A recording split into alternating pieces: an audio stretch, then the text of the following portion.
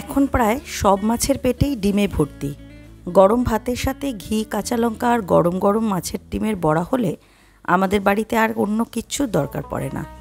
খুবই কম জিনিস দিয়ে মুচমুচে টেস্টি মাছের ডিমের বড়া কি করে বানাতে হয় চলো দেখে নিই। প্রথমে মাছের ডিম ভালো করে পরিষ্কার করে নিয়ে এর মধ্যে দেব 1 চামচ রসুন বাটা, 4 থেকে 5টা কুচি করা কাঁচা লঙ্কা, 2টো মিডিয়াম সাইজের পেঁয়াজ কুচি আর 5 থেকে 6 কোয়া রসুন কুচি। এটা অপশনাল, তোমরা চাইলে নাও দিতে পারো।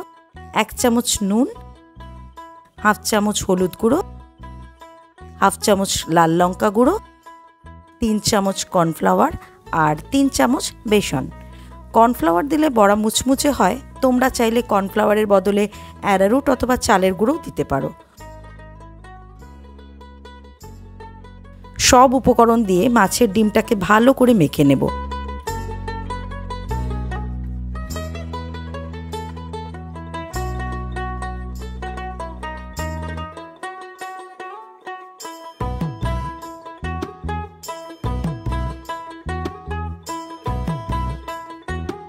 এবার কড়াইতে পরিমাণ মতো তেল গরম করে গ্যাসের ফ্লেমটা মিডিয়ামে করে একে একে সব বড়াগুলো ভেজে নেব।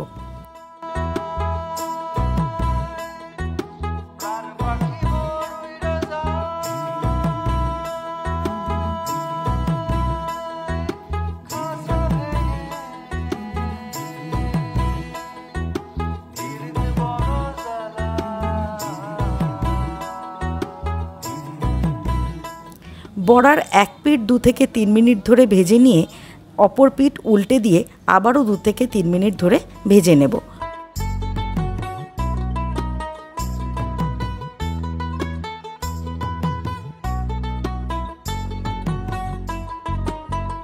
বড়াগুলো বেশ লাল লাল হয়ে এসেছে, এবার তুলে নেব।